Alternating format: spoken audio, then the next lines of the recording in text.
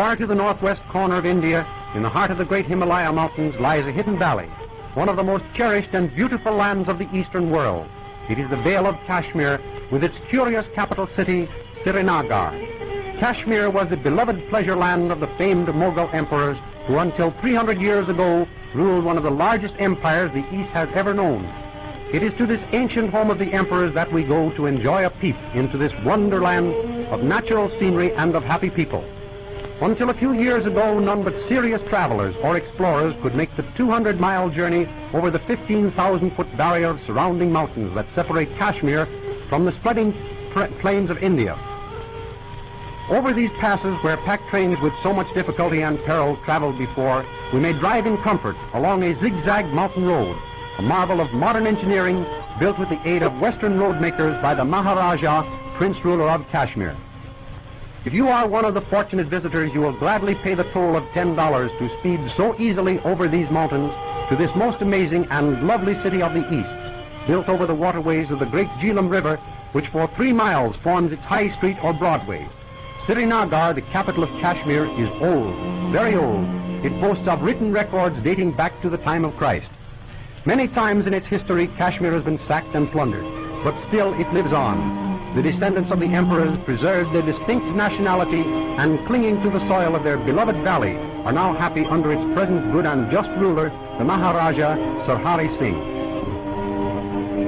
In the heart of the city stands the Shah Hamadan, the principal Mohammedan mosque, with inlaid walls scintillating the brilliance of crystal and precious stones. Every day the Mohammedan of Kashmir, despite his occupation, gives a sacred half hour to prayer.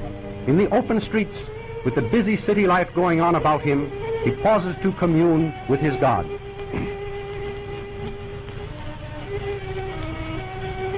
At this sacred place where man speaks to God, all life is respected. No wildlife is taken. There is a pool here where the fish swim in from the river to eat bread from the hand of the priest. The creatures seem to know instinctively that both they and man are children of the one great Creator and are as children together, one feeding at the hand of the other.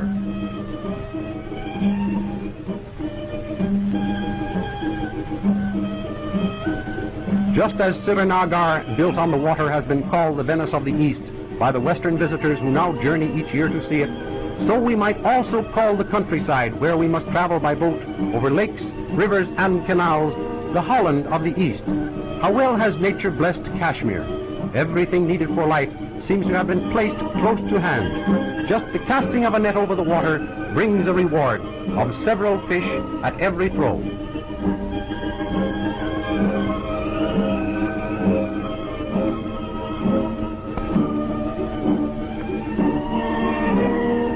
Isn't this something like the parable of the loaves and fishes?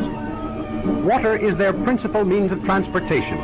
The produce of the country is brought to the city in long gondola-like boats called dunga.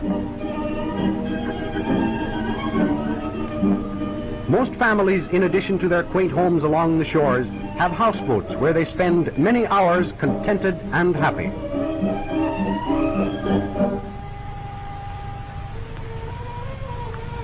On the deck of her floating home, the housewife spins with a crude wheel, as used in the days of the prophets. As these primitive peoples sojourn about the waterways, they are accompanied by all their domestic animals and float easily along amid the green pastures with plenty of eggs, meat, or milk to supply their needs. For 150 miles throughout the length of the Vale of Kashmir, our craft may glide amid scenery that can only be produced by the master hand of nature.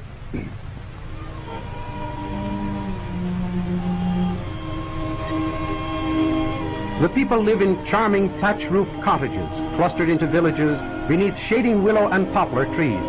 Let's tie up our boat by this village for a few moments and watch their way of doing things. Primitive? I should say they are. This is just the way they ground the rice and corn in the days of the Bible. How hard these women work. For hours and hours each day they work at the rice mill, but yet they find time to raise and care for families too.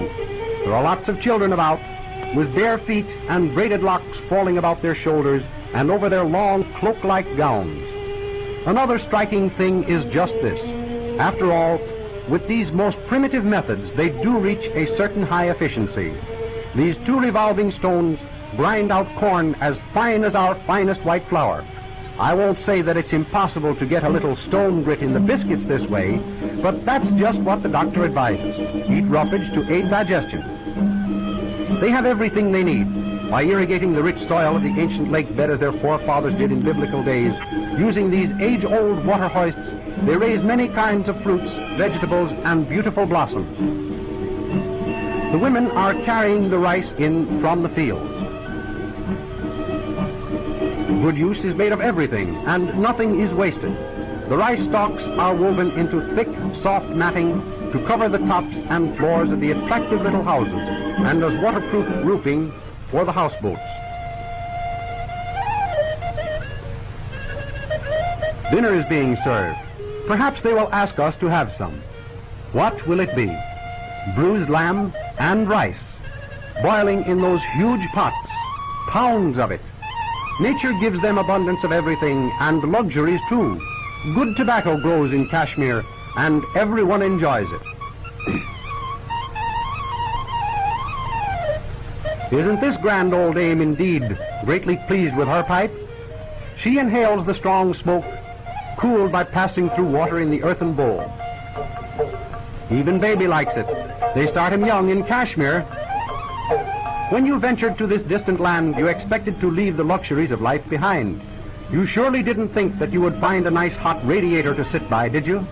However, here it is, the Kashmir radiator, filled with glowing coals. During cold weather, each native carries a pot like this and applies the heat where most needed. Holes in his coat give necessary ventilation. Now let's go to a show. It's a free open-air show given by the people. They are all happy children of nature, and after the day's work is over, the villagers turn out every evening to express their joy in happy song and dance.